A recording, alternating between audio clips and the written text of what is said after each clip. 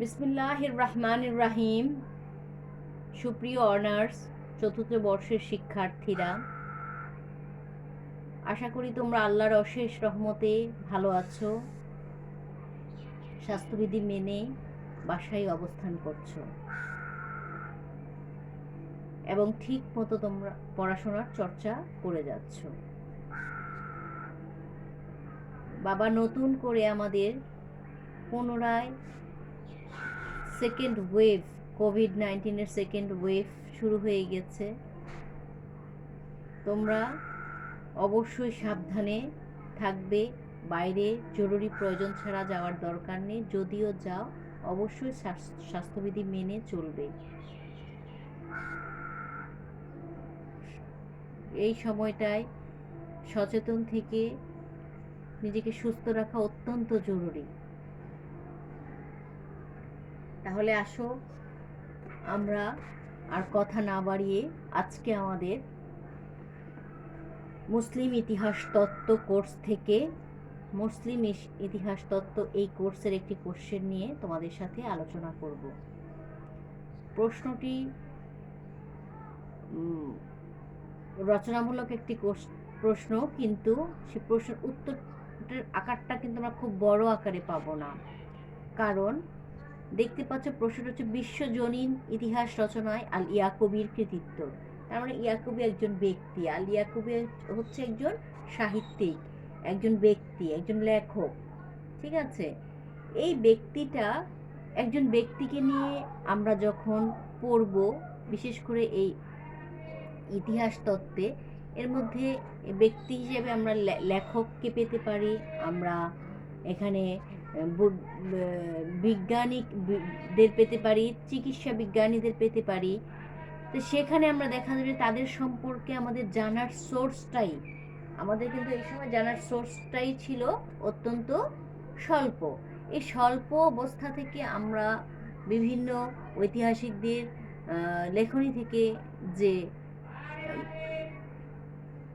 উত্তরটা, লেখনী থেকে যে আমরা তার সম্পর্কে জানতে পারি, সেটা থেকেই আমাদের কি করতে হবে, ওনার বিষয়ে আমাদের ধারণা নিতে হবে। তাহলে আমাদের প্রশ্নটা হচ্ছে যে বিশ্বজনীন ইতিহাস রচনায় আল ইয়াকুবির কৃতিত্ব। বিশ্বজনীন ইতিহাস রচনায় আল ইয়াকুবির কৃতিত্ব।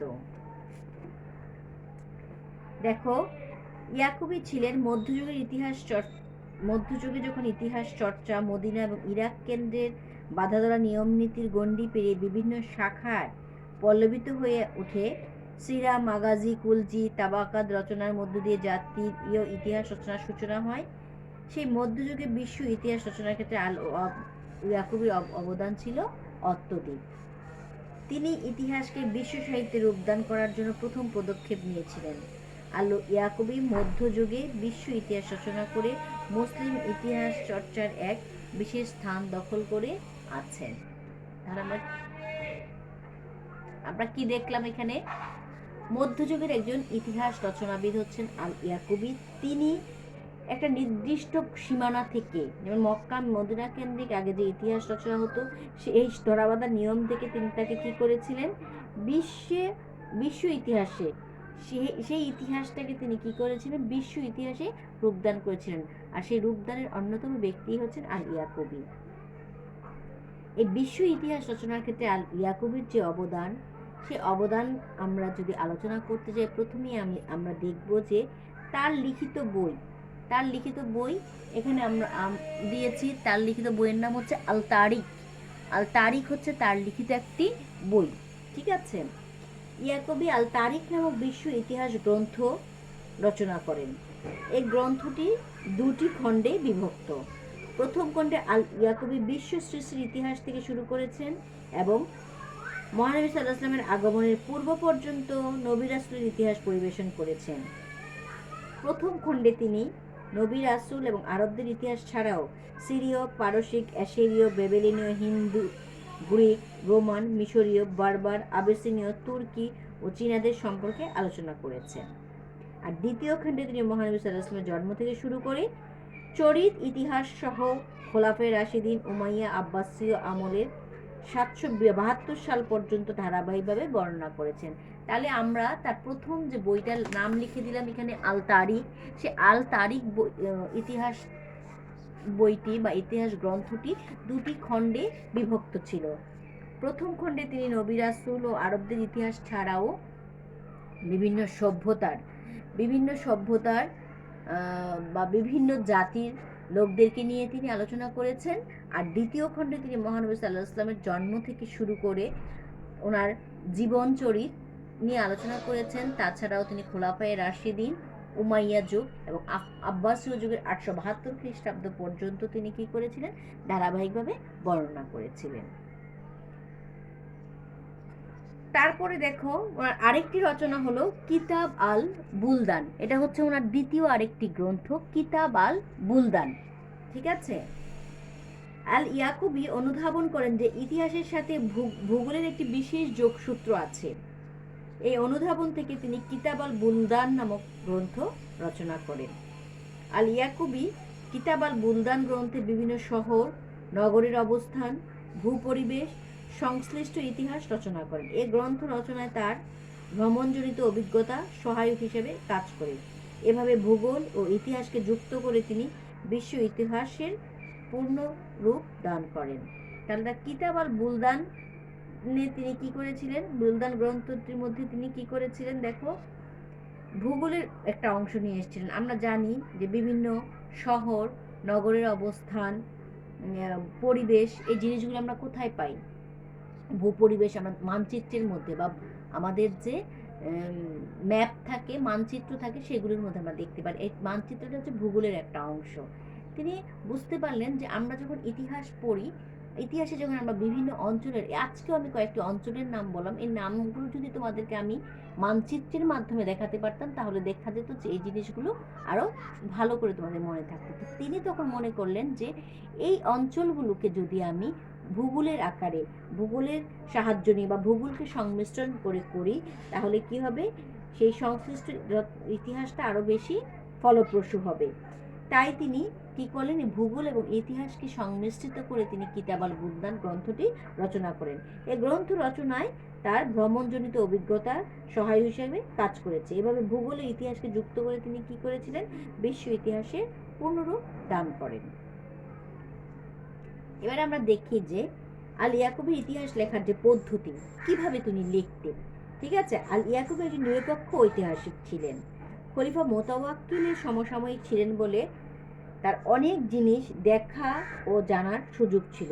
তিনি ইতিহাস লেখার ক্ষেত্রে বিতর্কিত বিষয়সমূহ এড়িয়ে চলতেন এবং সরল ও প্রাঞ্জল প্রকাশভঙ্গিতে ঘটনা বর্ণনা করতেন।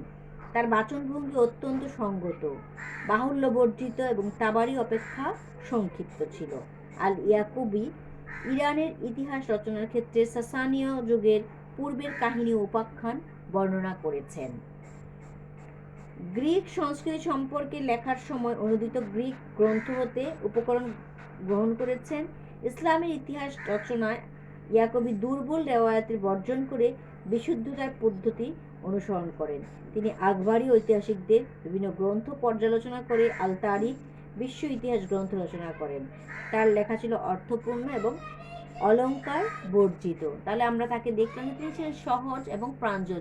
যে জিনিসগুলো বা যে কিছু নিয়ে কি হতো, যে কোনো কিছু নিয়ে যেটা বিতর্কিত হতো, তিনি সেই বিতর্কিত লেখাগুলোকে তিনি কি করতেন, এড়িয়ে চলতেন। তিনি বিতর্কিত কোনো বিষয় নিয়ে কখনো লিখতেন না। ঠিক আছে। তাহলে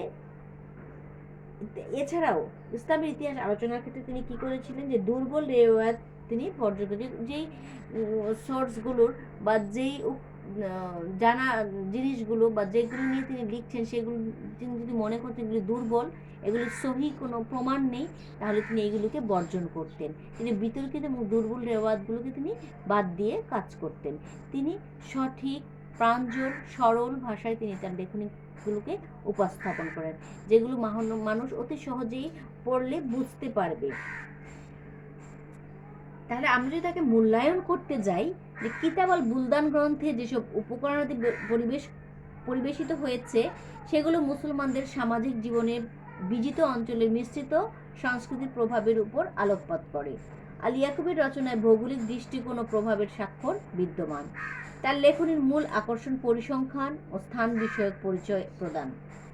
তিনি ভ্রমণ দিনের সংখ্যার উপর ভিত্তি করে কোন স্থানের দূরত্ব সম্পর্কে ধারণা দিয়েছেন। বস্তুত ভৌগোলিক এবং অর্থনৈতিক তথ্যের উপর গুরুত্ব আরোপ করে ইতিহাস রচনার ক্ষেত্রে কিতাব আল বুলদান একটি অনন্য ভূমিকা পালন করে। আল ইয়াকুবি অনেক বিষয় সংক্ষিপ্তভাবে আলোচনা করেছেন, যা তার ইতিহাস বর্ণনাকে দুর্বোধ্য ও অস্পষ্ট করে তুলেছে। তিনি কিছু কিছু জিনিস তার দেখবো যে অতি অল্প কিছুতে তিনি সংক্ষিপ্ত একটা রচনা, মানে কথা উক্তি দিয়ে বা সংক্ষিপ্ত একটা লাইন দিয়ে তিনি বোঝানোর চেষ্টা করেছেন। কিন্তু সেটা যদি আরো এলাবোরেট করে বোঝাতে হতো, আরেকটু ব্যাপৃত আকারে বোঝানো হতো লেখনির মাধ্যমে, তাহলে সেটা আরো বেশি ভালো করে বোধগম্য হতো।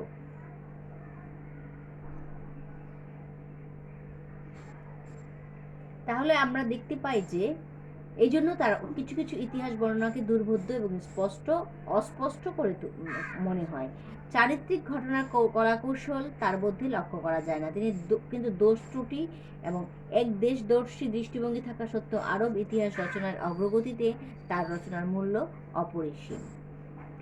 বিশ্ব ইতিহাস রচনার পথ প্রদর্শক হিসেবে আল ইয়াকুবের কৃতিত্ব অনস্বীকার্য। তাহলে আমরা দেখলাম যে মধ্যযুগে যে ঐতিহাসিক ইতিহাসকে বিশ্বের দরবারে বা বিশ্বজনীন করে তুলেছিলেন সকলের কাছে, সেটাই তার নামই হচ্ছে আল ইয়াকুবি।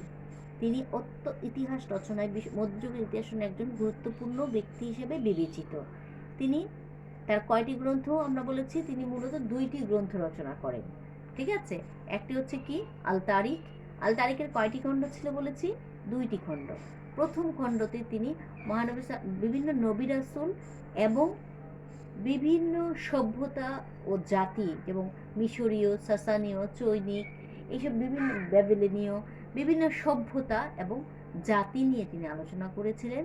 আর তার দ্বিতীয় খণ্ডে মহানবী সাল্লাল্লাহু আলাইহি ওয়াসাল্লামের জন্ম এবং তার জীবনচরিত, তাছাড়াও খোলাফায়ে রাশিদিনের যুগ, উমাইয়াদের যুগ, আব্বাসীয়দের 872 পর্যন্ত যে যুগটা, সেই সময়কালটাকে নিয়ে তিনি আলোচনা করেছিলেন। আর কিতাব আল বুলদানটাকে কি বলেছি? এটা কিসের সংমিশ্রণ? ভূগোল। কারণ যখনই আমরা কোনো স্থান, কোনো বিষয়, কোনো জায়গার আবহাওয়া, ভৌগোলিক পরিবেশ এগুলো জানতে যাই, তাহলে তখনই আমাদের কি করতে হয়? মানচিত্রের সাহায্য নিতে হয়। তিনি তখন এই ভূগোলকে একত্রিত করে তিনি বুঝেছেন যে ভূগোল আর ইতিহাস যদি একত্রিত করে করা যায়, তাহলে সেটা হয়তো সকলের কাছে খুব সহজেই বোধগম্য হবে। এই উপলব্ধি থেকেই কিন্তু তিনি কি করেছেন? কিতাব আল বুলদান নামে একটি গ্রন্থ রচনা করেছিলেন। আর সেখানে তিনি কি করেছিলেন? বিভিন্ন শহর নগরের অবস্থান, ভূপরিবেশ ও সংশ্লিষ্ট বিষয় নিয়ে তিনি আলোচনা করেছেন। এই গ্রন্থটি রচনায় তার ভ্রমণজনিত অভিজ্ঞতা সহায়ক হিসেবে কাজ করেছে। এভাবে ভূগোল এবং ইতিহাসে সংযুক্ত করে তিনি কিতাব আল বুলদান নামক গ্রন্থটিকে রচনা করেছেন। আর তার লেখনীগুলো আমরা দেখেছি যে তার লেখনীর মধ্যে কি ফুটে ওঠে? সহজ প্রাঞ্জল ভাষা। তিনি যেটা নিয়ে বিতর্ক সৃষ্টি হয়, সেই বিতর্কিত জিনিসকে তিনি এড়িয়ে গিয়েছেন। যেই রেওয়াত ছিল দুর্বল, সেই রেওয়াতকে তিনি গ্রহণ করেননি। তিনি উল্লেখযোগ্য বা গ্রহণযোগ্য উৎসগুলোকে তিনি গ্রহণ করেছিলেন। তিনি নানা পরীক্ষা নিরীক্ষার মাধ্যমে তিনি তার গ্রন্থ রচনা করতেন। কিন্তু আমরা এক জায়গায় দেখি যে তিনি এত বেশি সংক্ষিপ্ত আকারে তার ইতিহাসগুলোকে তিনি রচনা করেছেন, এত বেশি সংক্ষিপ্ত আকারে, যার ফলে কি হয়েছিল যে এই গ্রন্থগুলো, মানে এই যে বিষয় নিয়ে তিনি লিখতে চেয়েছেন সেই বিষয়গুলো মাঝে মাঝে দুর্বোধ্য এবং অস্পষ্ট মনে হয়। একদম ক্লিয়ারভাবে কিন্তু সেটা কি আসে না, বোধগম্য হয় না। মানে তিনি জিনিসগুলোকে বেশি এড়িয়ে তিনি কি করেছেন? সেগুলোকে সংক্ষিপ্ত আকারে তৈরি করেছিলেন।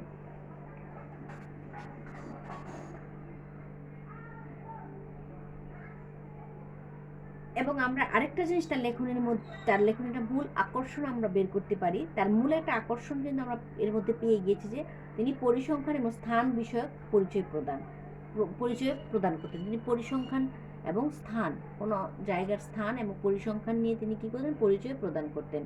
তিনি ভ্রমণে